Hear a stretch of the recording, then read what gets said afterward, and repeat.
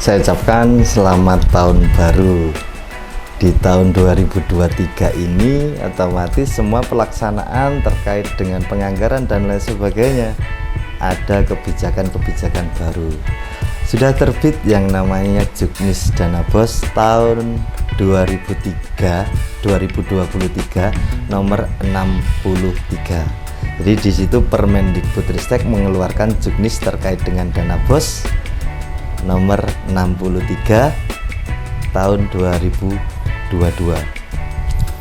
Di situ ada pelaksanaan terkait dengan mekanisme penyaluran. Sebelum kita lanjut pembahasannya, simak intro saya dulu.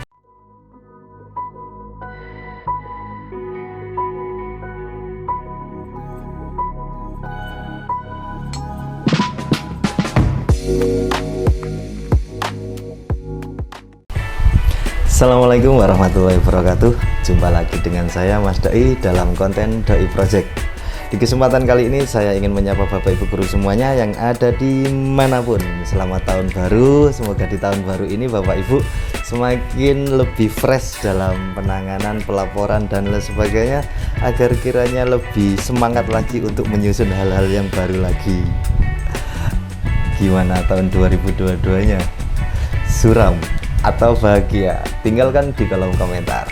Nah, terkait dengan aturan baru yang ada di Juknis terbaru Dana Bos nomor dari Kemendikbudristek nomor 63 tahun 2022, ada mekanisme penyaluran dana bos itu yang tadinya di tahun 2022 ada 3 tahap. Di tahun 2023 ini menjadi 2 tahap. Jadi cukup dari semester 1 dan semester 2. Nah, lantas apa kaitannya tips yang akan diberikan Mas Doi terkait dengan 2 pelaksanaan penyaluran dana bos di tahun 2023? Tentunya Mas Doi di sini akan memberikan sebuah tips bagaimana cara penyusunan rencana.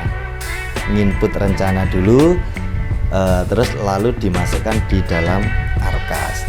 Tentunya di dalam penginputan sebuah Arkas harus dilandasi dengan format rencana manual, dan ternyata terbukti pada waktu kemarin saya membuat format manual yang kita sebut Harapan Bangsa itu, alhamdulillah 90% terlaksana dengan bagus, karena memang di situ sebagai kontrol agar supaya pelaksanaan perencanaan kedepannya yang akan diinput di dalam Arkas bisa menjadi balance, ada controllingnya.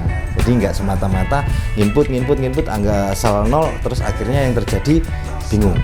Nah, di sini Mas Doi akan memperbaiki format Harapan Bangsa tersebut di tahun 2023 ini.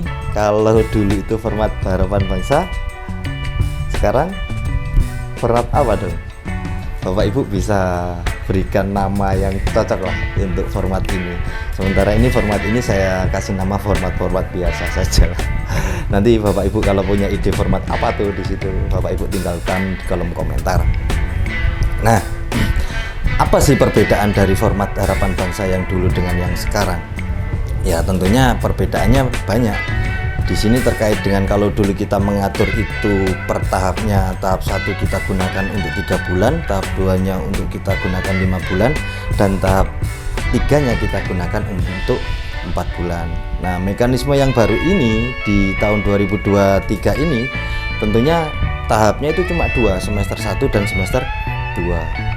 Nah, terlepas dari itu semuanya, kita nanti akan buat rencana itu menjadi per bulan, sehingga mau dipakai dimanapun terserah.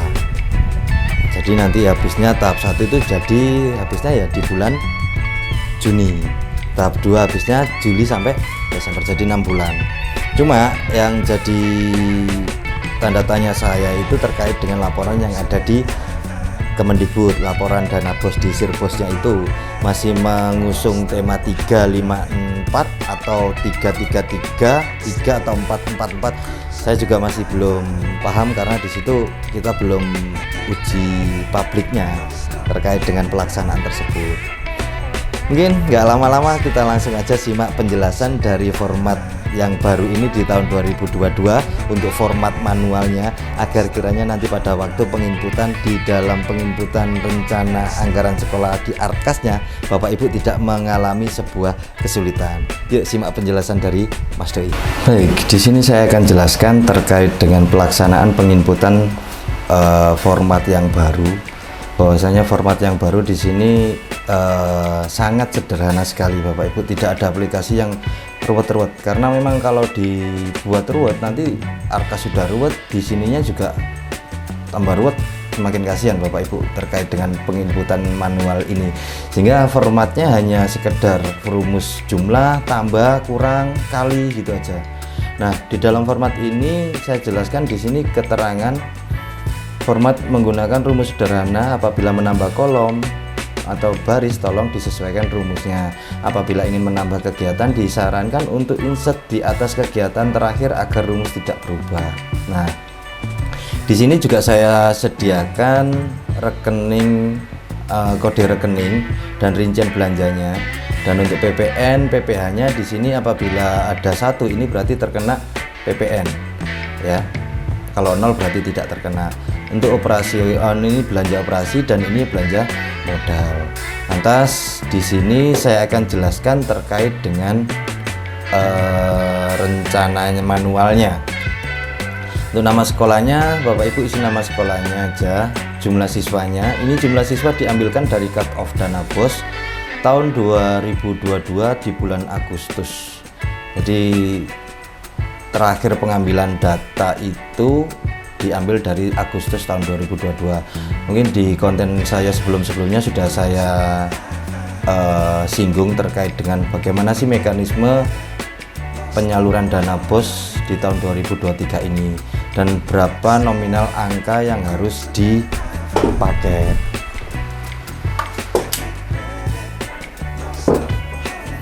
Nah, setelah itu kita tinggal menginputkan berapa nominalnya. Dan untuk penerimaan, Bapak Ibu, untuk penerimaan di sini ini disesuaikan dengan daerah masing-masing. Jadi antara kota itu berbeda-beda terkait dengan mekanisme penerimaannya dan disesuaikan saja di sini. Terus di sini jumlahnya tuh Bu, rumusnya cuma kali jumlah siswa kali penerimaan. Akhirnya yang diterima adalah ini. Terus untuk selebihnya Bapak Ibu, kode rekening ini bisa disesuaikan dengan kode rekening yang ada di sini di set belanja operasi atau belanja modal. Ya, kalau nanti ini tidak sama, Bapak Ibu bisa mengambil belanja kode rekening yang ada di sini. Dan di sini sifatnya semuanya adalah contoh, bukan berarti harus dipakai sebagai acuan pembuatan rencana, hanya contoh. Ya Bapak Ibu, di sini kegiatannya saya nggak terlalu banyak mengambil, jadi hal-hal yang pokok aja, misal kayak PPDB, ATK kantor, terus ada ATK perpustakaan, sampai di sini ada belanja modal. Jadi di bawah sendiri itu ada belanja modal, ATK ekstra, semuanya saya kumpulkan jadi satu. Bahan baku, praktek, KBM, terus alat semuanya ada, tinggal dicari aja Bapak Ibu. Insya Allah semuanya kegiatan yang meliputi kegiatan yang ada di sekolah hampir rata-rata ada di kode rekening yang sudah saya masukkan. Jadi nanti kalau memang kurang, Bapak Ibu bisa ditambahi lagi di bawahnya sini atau di bawah sendiri selagi itu kode rekeningnya masih 5.1 atau 5.2. Jadi enggak bisa dimasukkan, nggak terlalu kaku kok Bu di sini untuk pelaksanaan rencananya. Ya, ini ada pemeliharaan halaman sekolah, semuanya ada semuanya di sini. Tinggal Bapak Ibu cari aja. Nah, yang saya jelaskan di sini terkait dengan ini volume satuannya. Kalau semisal ATK PBDB ini staples kecilnya mau dipakai berapa sesuai dengan kebutuhannya. Kalau memang ini sifatnya rutin kayak honor guru, maka di sini volumenya adalah 12 orang. Sehingga nanti di sini diisi inputkan satu-satu. Tapi nggak nutup kemungkinan semuanya terserah Bapak Ibu untuk pelaksanaannya. Bisa jadi Januari itu butuh 3 atau 1 atau 2. Nggak harus misal 12 dibagi 12, nggak. Tergantung pelaksanaan kegiatannya. Jadi kalau memang dititik beratkan di salah satu bulan, maka Bapak Ibu fokuskan di bulan tersebut. Nah, Di sini rumusnya juga sederhana, dikali. Untuk harga satuan Bapak Ibu, saya sarankan Bapak Ibu mengambil dari standar anggaran belanja.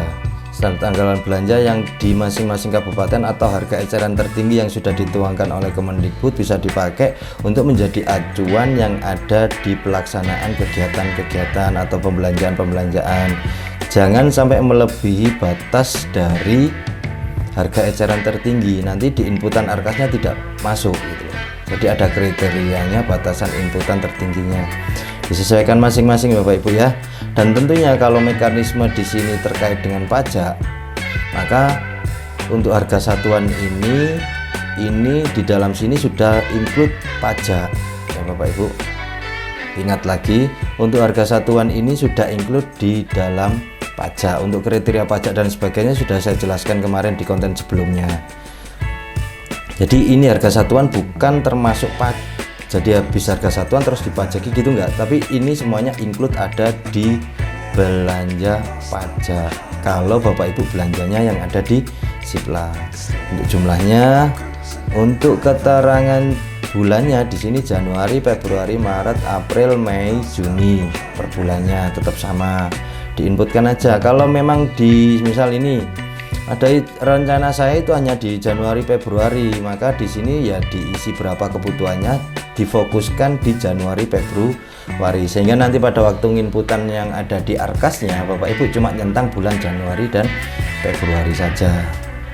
Nah ini pagunya sampai Maret, semester 1, mohon maaf, jadi sampai Juni. Jadi kalau terima dana bos tahap 1, Bapak Ibu mau menghabiskan di bulan Juni sehingga menjadi 0, terserah ya. Pokoknya intinya kembali ke manajemen Bapak Ibu semuanya. Mas Doi kalau semisal tahap 1 nggak habis sampai bulan Juli, ya silakan saja. Tapi saya menyarankan kalau di Juni ini semuanya sudah habis ya. Jadi enak lah, nanti kita ngaturnya itu enak.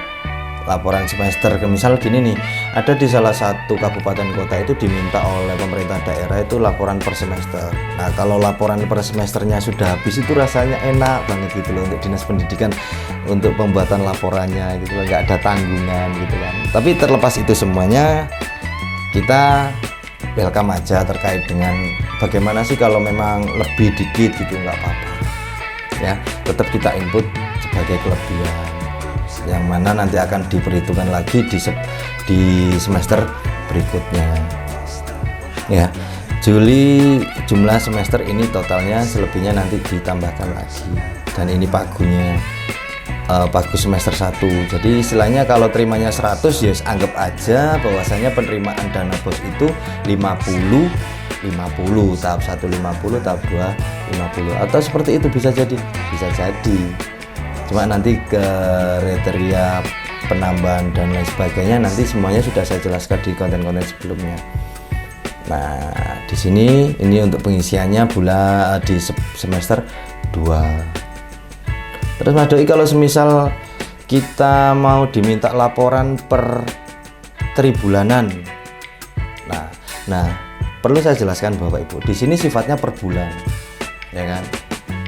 Input aja per bulan. Soal laporan nanti ambilkan di arkas. Diminta laporan per tahap, ya udah, atau per tribulan atau per semester, ambilkan di arkas. Di sini saya menitik beratkan bahwasanya pengambilan, istilahnya penginputan itu dilandasi oleh controlling, itu aja. Mau dipakai 4 bulanan atau semuanya, jangan diambilkan di sini. Semuanya sudah diatur di manajemen arkasnya. Kalau masih diatur sini, buat apa fungsinya arkas? Makanya format ini saya buat sedemikian rupa, sesimpel mungkin, nggak menyulitkan Bapak Ibu guru, agar kiranya nanti pada waktu pelaksanaan penginputan Bapak Ibu tidak mengalami kendala gitu. Rencanakan di sini semuanya. Kalau memang di sini selisihnya sudah 0, berarti semuanya sudah beres gitu. Makanya per bulan ini masukkan aja. Terkait dengan laporan diminta dan sebagainya bla bla bla bla bla, ambilkan dari arkas, kecuali yang di arkas itu tidak ada gitu. Nah, contoh lagi, banyak kasus di format harapan bangsa yang kemarin itu Bapak Ibu ternyata sudah 0, masih ada selisih, ternyata di rumusnya sini ya Bapak Ibu nih. Nah, misal ini ATK ini tidak terjumlah. Nah, tidak terjumlah, makanya di keterangan tadi saya tambahkan bahwasanya kalau mau menambahkan kegiatan baru atau pembelian baru, Bapak Ibu jangan di sini diinputkan di sini, jangan, karena nanti di rumus itu tadi hanya dari sini. Kecuali Bapak Ibu jeli di sini terus ditambahi lagi, ditarik sini bisa. Tapi biasanya Bapak Ibu lepas kontrol dari situ. Akhirnya saran saya kalau mau menginput ini kan terakhir nih keterangannya tadi tuh, keterangannya false. Apabila ingin menambahkan kegiatan disarankan untuk insert di atas kegiatan terakhir. Gimana maksudnya? Nah seperti ini kan kegiatan terakhir nih, ini diklik kanan insert. Nah otomatis ini ada penambahan. Nah ditambahkan di sini sehingga nanti pada waktu perumusan Bapak Ibu, nah kan masih terjumlah. Itulah fungsinya bahwasanya insert di atas kegiatan terakhir. Harapan saya di sini Bapak Ibu paham ya terkait dengan penginputan. Bukan nggak mungkin nih kita samakan semuanya ini, ya kan, samakan. Nah lantas bagaimana kalau kita menghapus Mas Dok? Ya kalau menghapus hapus saja, tinggal hapus saja. Insya Allah nanti misal ini ya, ini kita hapus, saya delete gitu ya. Nah, otomatis nanti secara perumusan masih tetap sama, nggak ada ngaruhnya kalau dihapus. Cuma kalau penambahan tolonglah diinsert di atas kegiatan terakhir. Itu pesannya Mas Doi. Terus di sini ya cuma gitu-gitu aja Bapak Ibu. Jadi nggak usah simpel, nggak usah ruwet-ruwet terkait dengan rencana manual ini. Semuanya kita sudah dibuat rumit di Arkas. Jadi gunakan rencana ini sebagai pendukung dan kontrol. Jadi kalau mau nginput ke Arkasnya ya Bapak Ibu input aja dari sini, bulan Januari, Februari, Maret, April gitu. Sebagai kayak controlling aja sih, biar nggak lepas bahwasanya nanti dikhawatirkan di Arkasnya ya bener 0 tapi tidak sesuai dengan. Jadi nanti ini juga bisa membantu Bapak Ibu terkait dengan pelaksanaan SPJ ya. Oh di SPJ Januari ini harus ada kegiatan ini aja yang ada titik 0000111 ini ya, berarti ada kegiatan ini gitu. Membantu Bapak Ibu pelaksanaan pembelanjaan juga gitu loh. Itulah fungsi dari format manual ini agar supaya kiranya menjadi kontrol. Oke, di sini juga saya siapkan terkait dengan persentase lah ya. Nah, persentase ini fungsinya untuk apa? Untuk memberikan bagaimana terkait dengan kinerja. Kan ada tuh penilaian bos kinerja dan sebagainya berdasarkan rapot. Nah, di titik berat ini persentase yang besar itu fokuskan ke dalam kegiatan tersebut. Nah, terkait dengan semester ini Bapak Ibu, ini biasanya ada di salah satu kabupaten kota dimintai laporan per semester dengan rincian barang-barangnya. Ini juga sudah saya siapkan. Jadi contoh per semesternya ini nggak ada di Arkas. Nah ini sudah terintegrasi di dalam Arkas ini. Jadi kalau di input sini otomatis di sini sudah terinput secara otomatis. Sehingga nanti kalau diminta format seperti ini Bapak Ibu tinggal kopikan ini, nggak ada hitungan detik. Udah langsung terlaksana, langsung input. Nah bagaimana kalau diminta laporan seperti ini Bapak Ibu nggak buat ini? Akhirnya ya milih satu-satu kegiatan-kegiatan tersebut sehingga kiranya Bapak Ibu kita permudah di rencananya ini ya. Untuk fitur-fiturnya nggak terlalu berbelit-belit ya, pakai seringan mungkin sehingga nggak memberatkan Bapak Ibu.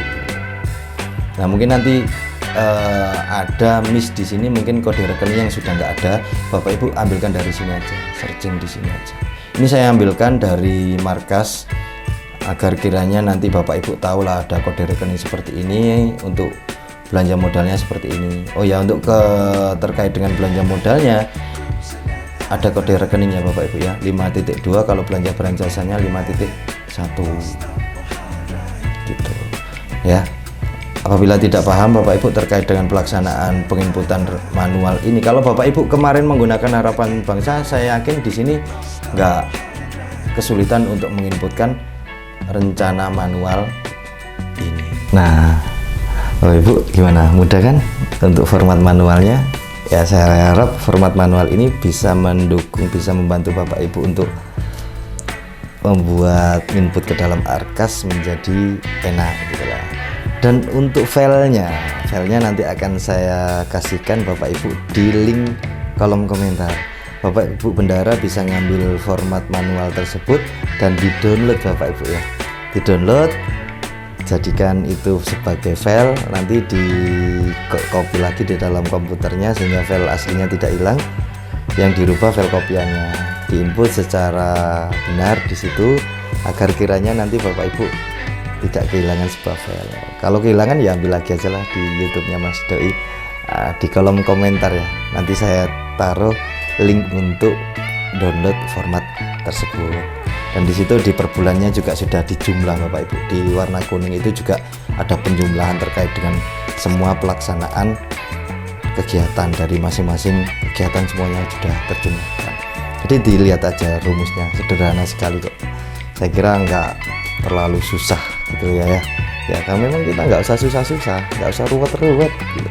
Gampang, mudah, satset, buat das-des gitu.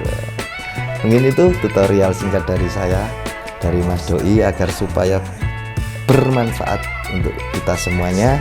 Bapak Ibu apabila suka dengan konten saya, Bapak Ibu boleh tinggalkan kolom komentar dan di like, share, serta di subscribe channel saya agar kiranya nanti saya tetap bisa semangat memberikan tips-tips lagi dalam kaitan perdana bosan gitu ya. Ini tuh kurang lebihnya saya mohon maaf. Akhirul kalam, assalamualaikum warahmatullahi wabarakatuh.